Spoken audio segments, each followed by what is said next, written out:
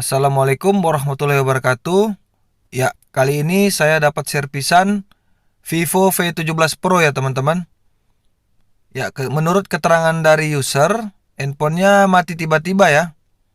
Sementara pakai dia mati total ya teman-teman. Kita coba dulu 3 jari biasa ya. Siapa tahu dia ada jinnya teman-teman ya, bisa hidup kembali ya. Tapi ternyata jinnya sudah pergi ya teman-teman. Ya, jadi kita tes lanjut menggunakan USB detektor ya. Oke, kita cek. Wow, ampernya naik di 3 lebih ya teman-teman. Wow, ada apakah gerangan ya? Oke, karena saya penasaran juga, saya lanjut bongkar ya teman-teman. Ya, kita buka dulu biasa penutup belakang ya. Penutup belakangnya sudah pecah-pecah ya teman-teman. Ya, sepertinya lemnya juga sudah tidak kuat ya. Wow, hati-hati karena ada fleksibel LCD ya, atau fleksibel cas ya teman-teman. Ya, seperti biasa kita bersihkan lem ya. Wajib bersihkan lem ya teman-teman. Kecuali lemnya tidak tebal ya, tapi karena saya lihat lemnya tebal-tebal jadi wajib dibersihkan ya. Lanjut kita buka baut. Oke, saya percepat aja ya teman-teman agar tidak terlalu panjang ya videonya. Ya, oke. Hati-hati ya, kalau Vivo V17 Pro ini bautnya tidak sama semua ya teman-teman. Bautnya panjang pendek ya. Jadi kita harap menghafalnya ya teman-teman, posisi-posisi di mana tempat baut yang pendek dan di mana tempat baut yang panjang ya. Ya, dikumpul ya teman-teman bautnya agar tidak kececer ya. Saya juga pertama tadi tidak habis pikir juga ya teman-teman. Sementara pakai tiba-tiba mati ya, usernya bilang ya. Saya juga penasaran tinggi ya teman-teman. Saya lanjut bongkar. Siapa tahu ya kalau rezeki ya teman-teman. Jangan kita tolak ya. Bagi teknisi pemula wajib kita mencobanya ya. Jadi inilah cara pengecekan atau analisa kerusakan pada Vivo P17 Pro yang mati total ya. Kena serangan jantung ya teman-teman. Tiba-tiba sementara pakai dia mati ya. Oke, pertama-tama kita cabut dulu baterainya. Dan kita cek ya. Kita ukur baterainya teman-teman ya. Ada berapa volt ya. Oke. Saya menggunakan avometer digital ya. Kita hidupkan dulu. Ya, kita setel di DC ya. Untuk pengecekan baterai ya teman-teman. Ya. Kita cek dulu baterainya ya. Ingat ya teman-teman, positif negatifnya ada pada ujung-ujung ya. Ya, ternyata baterainya ada 3,8 volt ya. Lumayan ya teman-teman. Baterainya banyak tapi tidak menyala ya. Ya. Oke, tidak menyala sama sekali ya teman-teman. Tidak ada respon. Ya. Langkah berikutnya kita cabut dulu ya baterainya lagi. Kita cabut baterainya dulu. Dan kita coba langsung menggunakan power supply ya teman-teman. Jadi kita cari titik positifnya ya agar kita bisa menyolder timah gulung ya. Ya, inilah cara saya teman-teman untuk menganalisa handphone ya. Ya, kita cari itu jalur positifnya ya teman-teman dari baterai ya yang di mainboard. Jadi kita jumper. Jadi jangan kita jumper di bagian soket ya, nanti soketnya bisa rusak ya. Kita jumper di jalur positifnya ya teman-teman yang dari soket ya. Oke, kita coba dengan power supply ya. Apakah handphonenya menyala ya teman-teman atau tidak ya? Karena tadi baterainya 3,8 volt tapi dia tidak mengangkat powernya ya, atau tidak menyala ya teman-teman. Oke, kita coba ya. Untuk negatifnya saya tidak tempel ya teman-teman karena sangat berbahaya ya. Siapa tahu handphonenya korslet ya. Oke, alhamdulillah handphonenya menyala ya teman-teman, atau mesinnya menyala ya. Tapi kenapa tidak hidup ya kalau memakai baterai ya? Padahal baterainya ada 3,8 volt ya teman-teman. Ya, kita coba pasang soket bawah ya. Soket papan bawah ya teman-teman. Wow, ternyata ada short ya di bagian papan bawah ya.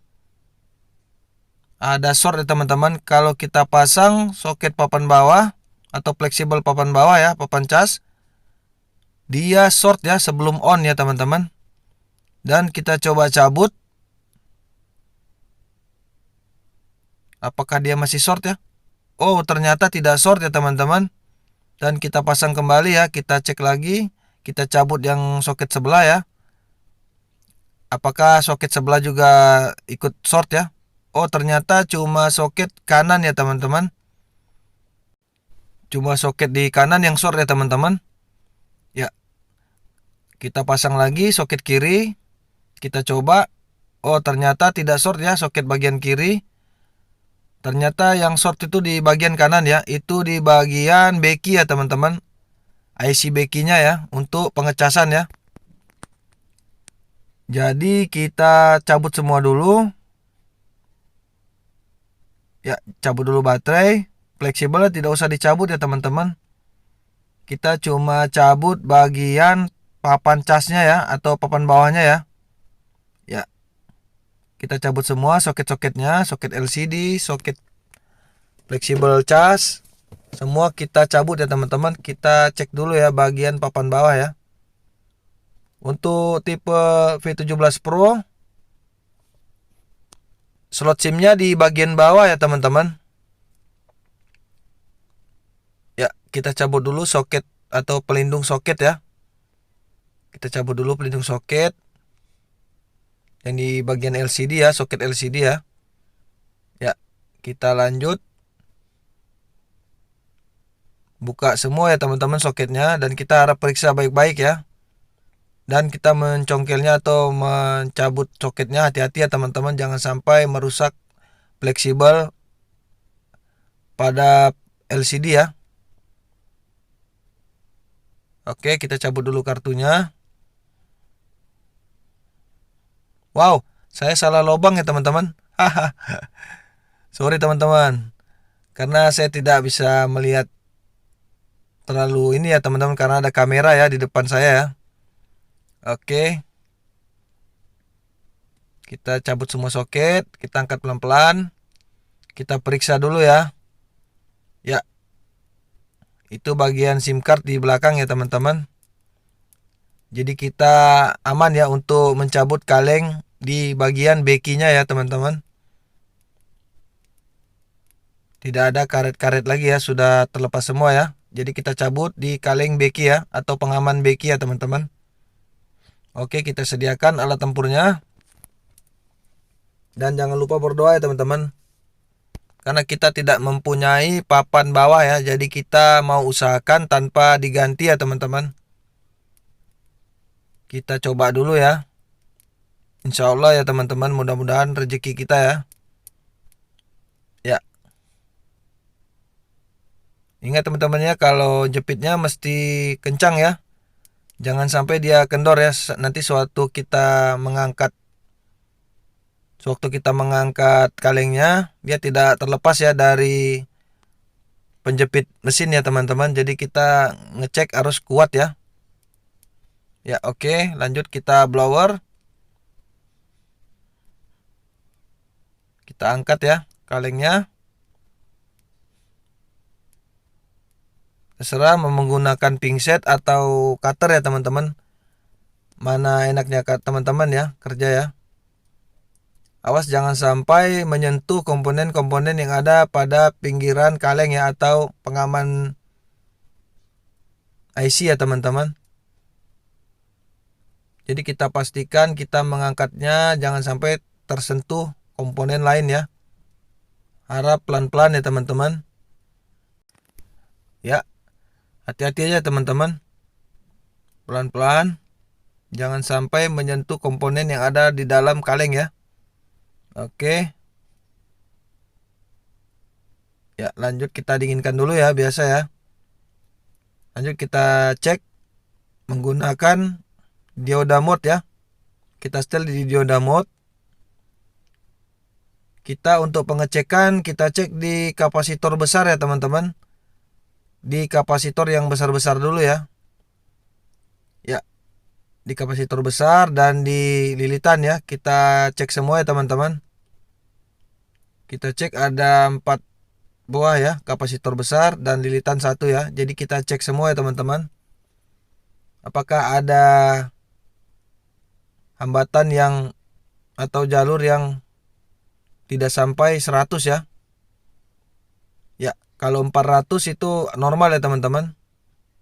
Ya, ini ada satu kapasitor yang jalurnya cuma 51 ya. Dia tidak sampai 100 ya teman-teman. Kita curiga di bagian situ ya. Ya, bagaimana caranya biar kita kecurigaan kita itu benar ya pada kapasitor itu yang rusak ya. Bagaimana caranya nanti kita lanjut ya, cara mencari short ya. Dengan menggunakan power supply ya teman-teman. Saya menyuntik dengan power supply digital ya. Oke, saya coba ya teman-teman. Saya curiga di kapasitor itu ya. Ya, di kapasitor yang di sebelah beki ya teman-teman. Saya curiga di situ karena di situ hambatannya kurang ya. Oke, kita lanjut aja. Pasang kembali ya semua soket-soketnya ya teman-teman.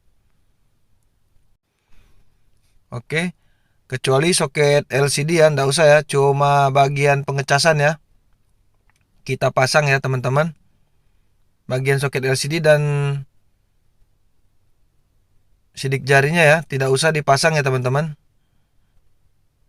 Kita cukup pasang soket papan casnya aja ya.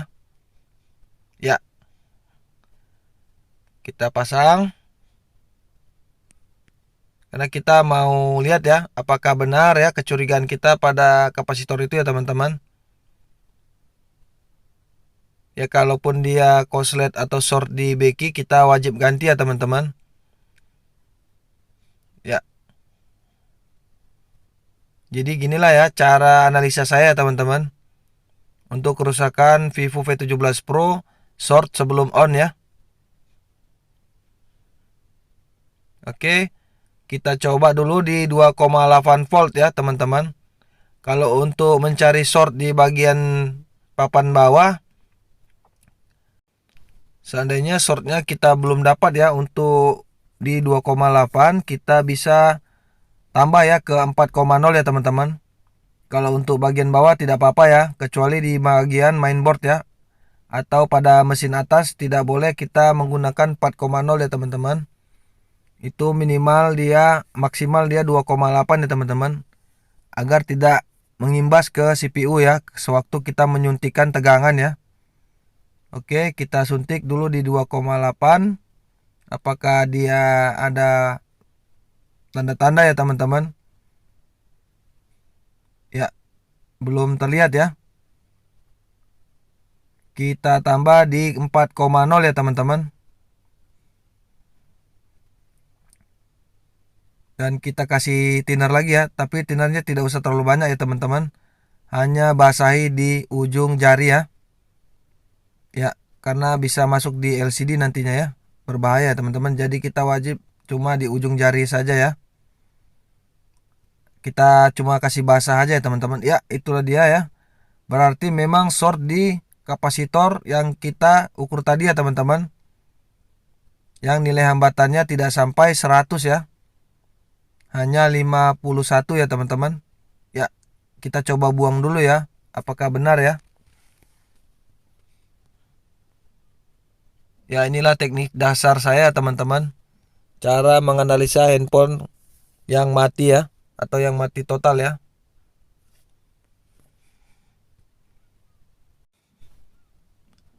Ya,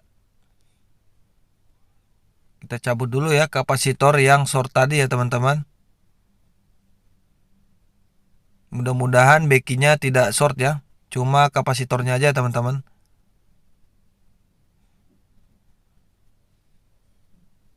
Oke.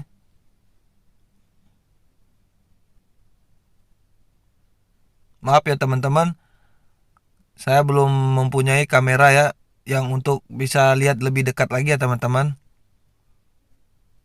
Jadi maaf ya, saya cuma bisa gambarkan saja ya apa yang rusak ya. Ya, ini kapasitor yang saya ukur tadi nilai hambatannya tidak sampai di 100 ya teman-teman. Ya, itulah dia ya yang bocor ya. Kita coba lagi. Alhamdulillah ya, saya lihat sudah tidak short lagi ya teman-teman. Ya, kita coba di power supply ya. Apakah dia sudah hilang ya shortnya ya teman-teman?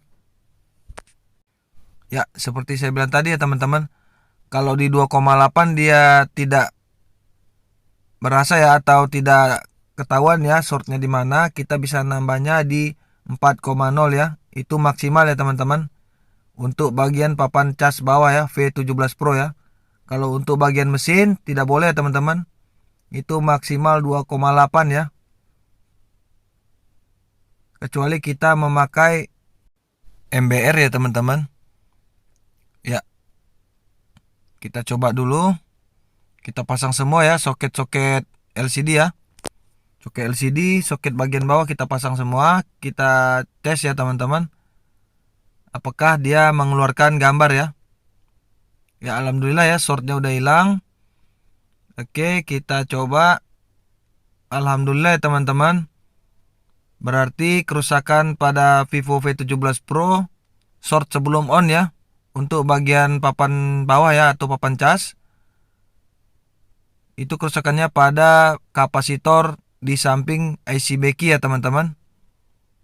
Ya, kita coba memakai baterai ya. Kita coba hidupkan. Dan jangan lupa fleksibelnya kita pasang semua ya teman-teman. Ya. Alhamdulillah ya teman-teman. Penyakit di Vivo V17 Pro kita bisa temukan ya. Ya, ginilah analisa saya teman-teman untuk teknisi dasar ya.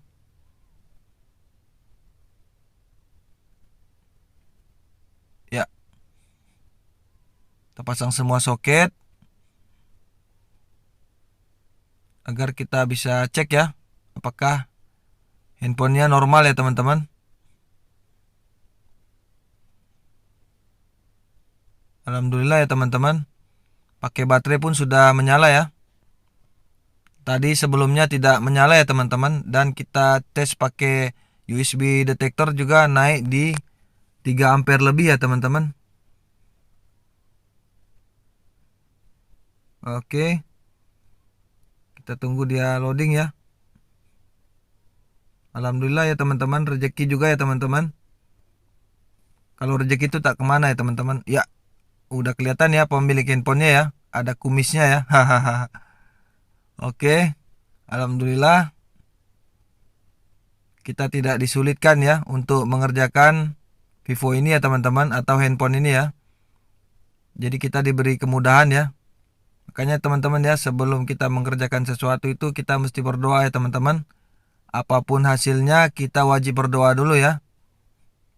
Kita coba tadi naik di 3 ampere lebih ya. Sekarang sudah normal ya. 1 ampere lebih ya teman-teman. 1,8 ya.